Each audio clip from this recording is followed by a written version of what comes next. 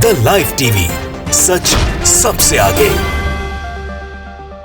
नमस्कार, मैं हूं रंजीत झा और आप देख रहे हैं द लाइव टीवी। अतीक और अशरफ हत्याकांड का मामला सुप्रीम कोर्ट में जैसे ही पहुंचा है, योगी सरकार इसमें फंसती हुई नजर आ रही है। योगी सरकार के वकील की सुप्रीम कोर्ट में बोलती बंद हो गई थी। दरअसल अतीक और अशरफ की हत्या पुलिस कस्टडी में हुई।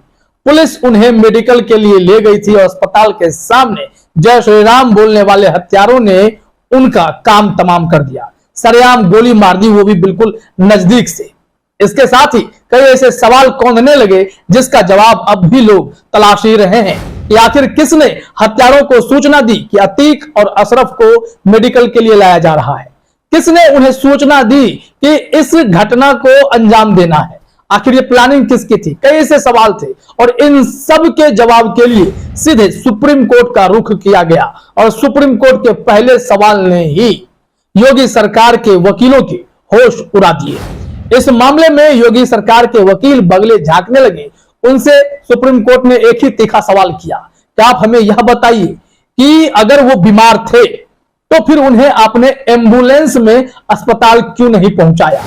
क्योंकि जो हत्याकांड हुआ है उसमें सबको पता है कि पुलिस की गाड़ी से अतीक और अशरफ उतरते हुए दिखाई पड़े, वो एम्बुलेंस नहीं था। अगर अतीक और अशरफ ने अपने तबीयत खराब होने की शिकायत की थी तो पुलिस उन्हें एम्बुलेंस में ला सकती थी, या फिर इसके दूसरे पहलू भी थे, उस पर भी हम चर्चा करेंगे। पहले भी हमने आपको इस संबंध में जानकारी दी है। अब यहां जब सुप्रीम कोर्ट ने ऐसा तीखा सवाल पूछ दिया तो वकील साहब क्या बोलते। उन्होंने कहा, सर इसका जांच करवा रहे हैं। अब जरा सोच लीजिए कि इतनी बड़ी घटना हो गई, पूरे प्रोटोकॉल की धज्जियां उड़ा दी गई। क्या पता यह साजिश थी या फिर हत्यारे किसी और के इशारे पर काम कर रहे थे। तमाम ऐसी गुत्थी है जिसे सुलझना भी बेहद जरूरी है। लेकिन यहां सुप्रीम कोर्ट में योगी सरकार के वकील की जब बोलती बंद होती है तो सवाल खड़े हो जाते हैं, क्या वाकई में दाल में कुछ काला है। सब कुछ गड़बड़ सा क्यों दिखाई पड़ता है। जरा अपने स्क्रीन पर देखिए, एबीपी न्यूज ने हेडलाइन में ही लिखा है, सीधे एम्बुलेंस से अस्पताल क्यों नहीं लाए गए अतीक अशरफ। माफिया ब्रदर्स की हत्या पर सुप्रीम कोर्ट का यह सवाल था। अब इसमें जवाब क्या आया है वो भी हम आपको खबर के जरिए बताते हैं। इसमें एबीपी न्यूज ने लिखा है, अतीक अशरफ हत्याकांड की जांच सुप्रीम कोर्ट के जज की निगरानी में करवाने की मांग पर अदालत में सुनवाई जारी है।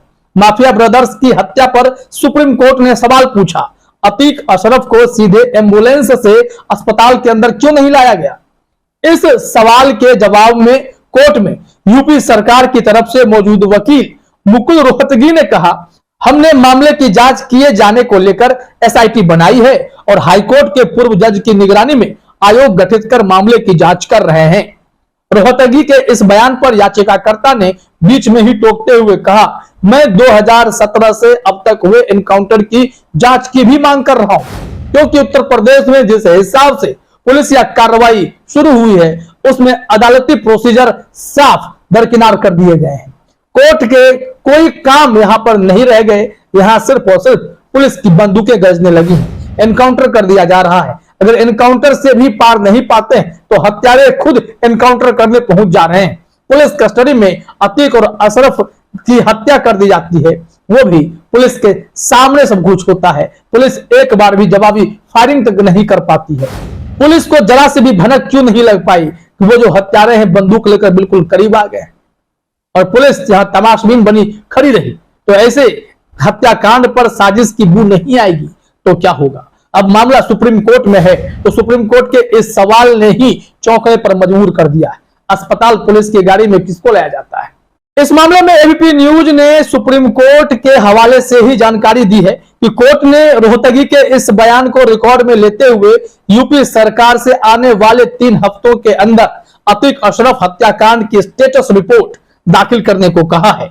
अदालत ने यूपी सरकार को इस मामले में फिलहाल कोई नोटिस जारी नहीं किया है, लेकिन अपने सवाल से योगी सरकार के वकील के होश जरूर उड़ा दिए हैं। आपको बता दें कि इस मामले में सिर्फ अतीक और अशरफ का ही मामला नहीं जुड़ा हुआ है। एनकाउंटर जो लगातार यूपी में हो रहे हैं, आरोप है कि बहुत सारे एनकाउंटर फर्जी फेक एनकाउंटर हैं और इस पर भी याचिका सुप्रीम कोर्ट में डाली गई है। इस संबंध में जैसे विकास दुबे के एनकाउंटर की बात हुई थी, उसमें तो जांच कराकर योगी सरकार ने कह दिया कि कुछ भी गड़बड़ नहीं था। इस संबंध में भी जानकारी दी गई है कि याचिकाकर्ता ने कहा यूपी में इससे पहले 2020 में विकास दुबे नाम के एक व्यक्ति का एनकाउंटर हुआ था। इस पर अदालत ने संज्ञान लेते हुए कहा, हाँ, विकास दुबे एनकाउंटर हुआ था। इस पर यूपी सरकार के वकील मुकुल रोहतगी ने कहा उसकी जांच सुप्रीम कोर्ट के पूर्व जज जस्टिस BS चौहान ने की थी और विकास दुबे के एनकाउंटर के मामले में पुलिस की कोई भी कमी नहीं पाई गई थी। लीजिए, पुलिस के इसमें कोई भी गलती नहीं है। गाड़ी पलट गई, विकास दुबे मारे गए, विकास दुबे जवाबी फायरिंग किए होंगे, बहुत कुछ हो गया होगा वहां पर, विकास दुबे के गुंडे आ गए होंगे, पता नहीं। लेकिन जो जांच रिपोर्ट आई उत्तर प्रदेश में योगी सरकार को बेदाग कर दी गई। कोई भी दाग योगी सरकार को पसंद नहीं है। तो क्या अतीक और अशरफ मामले में भी अगर जब स्टेटस रिपोर्ट आएगी इस मर्डर से जुड़ी हुई, तो क्या उसमें भी योगी सरकार का प्रशासन सब बेदाग निकलेगा? इनकाउंटर की बात तो दूर है, यहां तो हत्या कर दी जा रही है। तो हत्यारे जो है वो क्या बिल्कुल सुरक्षित रह जाएंगे? क्या उन पर कोई कार्रवाई नहीं होगी? क्या उनके लिए गाड़ी नहीं पलटी जाएगी?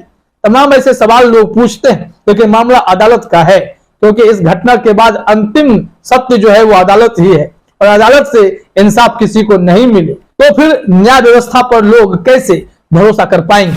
जागरण ने भी इस मामले में कुछ नए तथ्यों को उजागर किया है।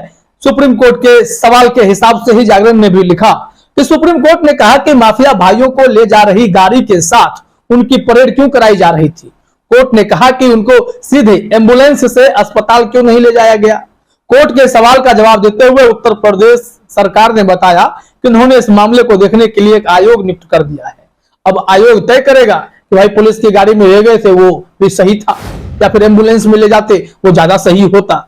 ये तो अब जांच की जो रिपोर्ट आएगी, सुप्रीम कोर्ट इस रिपोर्ट को देखकर कितना संतुष्ट होगा, इसके लिए तो 3 हफ्ते का इंतजार करना पड़ेगा। 3 हफ्ते का समय योगी सरकार को और उस जांच आयोग को भी दिया गया है कि आप जल्द से जल्द इस मामले में रिपोर्ट हमें सौंपें। आपको बता दें कि सुप्रीम कोर्ट के वकील विशाल तिवारी द्वारा ही इस मामले में भी याचिका दायर की गई थी और वो ही लगातार इसमें एनकाउंटर से जुड़े जो फेक एनकाउंटर हो रहे हैं उस संबंध में भी केस लड़ रहे हैं और उन्होंने विकास दुबे का मामला भी उठाया था, फेक एनकाउंटर का मामला भी उठाया था। इसके अलावा सुप्रीम कोर्ट में अतीक के बेटे असद के एनकाउंटर को लेकर भी सवाल खड़े किए हैं और रिपोर्ट मांगे हैं। जागरण ने लिखा है सुप्रीम कोर्ट ने उत्तर प्रदेश सरकार को अतीक अहमद और उसके भाई अशरफ की हत्या के बाद उठाए गए कदमों पर एक स्थिति रिपोर्ट प्रस्तुत करने का निर्देश दिया। जस्टिस एस रविंद्र भट्ट और जस्टिस दीपांकर दत्ता की पीठ ने झांसी में अहमद के बेटे असद की पुलिस मुठभेड़ पर भी यूपी सरकार से रिपोर्ट मांगी। असद को 13 अप्रैल को यूपी पुलिस की एक विशेष टास्क फोर्स STF टीम ने एक मुठभेड़ में मार गिराया था और उसके 2 दिन बाद अतीक और अशरफ को मीडिया कर्मी बनकर आए हत्यारे ने गोली मारी, जय श्री राम बोलकर सरेंडर कर दिया। तो इंतजार कीजिए सुप्रीम कोर्ट से इस मामले में क्या ठोस कार्रवाई होती है। क्या योगी प्रशासन पर गंभीर आरोप, गंभीर दाग लगने वाले हैं या फिर योगी प्रशासन खुद को निष्पक्ष साबित करने में सफल हो जाएगा? अतीक और अशरफ के हत्यारों के पीछे कोई और भी है, वह चेहरा क्या सामने आ पाएगा? क्या कोर्ट में ये बातें स्पष्ट हो पाएंगी? क्योंकि अब तक तमाम गुत्थी उलझी हुई है, इसके सुलझने के आसार तो फिलहाल दिखाई नहीं पड़ते हैं। वैसे तो लगातार यूपी पुलिस एनकाउंटर करने में लगी है, लेकिन ऐसे हत्यारों को गिरफ्तार कर इन्हें कोर्ट प्रोसीजर फॉलो करने के लिए कहा जा रहा है। सब कुछ वो दिख रहा है, लेकिन जब अतीक अशरफ की हत्या हो जाए, असद का एनकाउंटर हो जाए, उमेश पाल हत्याकांड से जुड़े लोगों को ढूंढ ढूंढ कर अगर गोली मारी जा रही है, तो फिर न्यायालय का उस वक्त काम योगी सरकार को दिखाई नहीं पड़ता है। लेकिन अतीक और अशरफ को जिसने मारा उसके लिए न्यायालय से लेकर तमाम उस प्रोसीजर को फॉलो करने की कोशिश हो रही है और योगी सरकार दिखा रही है कि कैसे वो न्यायालय पर भी भरोसा करती है। फिलहाल इस वीडियो में इतना ही। आप सभी का हमसे जुड़ने के लिए बहुत बहुत धन्यवाद। द लाइव टीवी, सच सबसे आगे।